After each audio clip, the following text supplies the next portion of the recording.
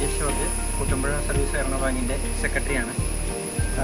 ഇന്ന് July 27 Kuttampuzha service സഹകരണ ബാങ്കും അതുപോലെ തന്നെ തെക്കിനി കൃപ ഹോസ്പിറ്റലും ചേർന്ന് സംയുക്തമായി സംഘടിപ്പിക്കുന്ന ആയുർവേദ മെഡിക്കൽ ക്യാമ്പ് നമ്മളിവിടെ സംഘടിപ്പിക്കുകയാണ്. തീർച്ചയായിട്ടും ഏതാണ്ടൊരു സ്വാതന്ത്ര്യം ലഭിക്കുന്നതിന് മുമ്പ് തന്നെ ആരംഭിച്ചൊരു ആശുപത്രിയാണ് തെക്കിനി കൃപ ഹോസ്പിറ്റൽ.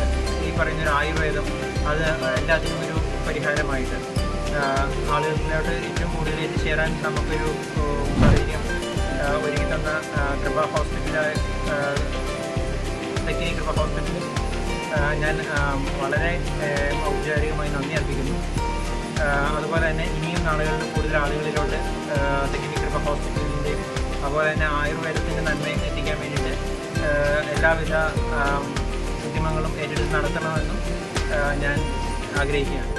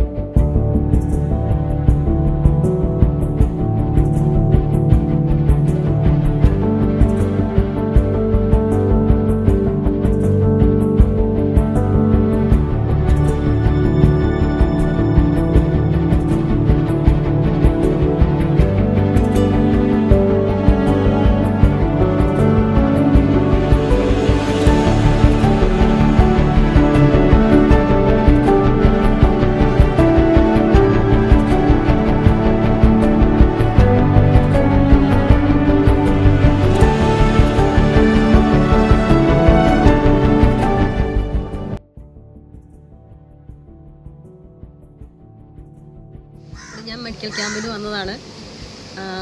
കോതമംഗലം കൃപ ആയുർവേദ ഹോസ്പിറ്റൽ ഫ്രീ ആയിട്ട് സൗജന്യമായിട്ട് നടത്തുന്ന ഒരു മെഡിക്കൽ ക്യാമ്പാണിത്.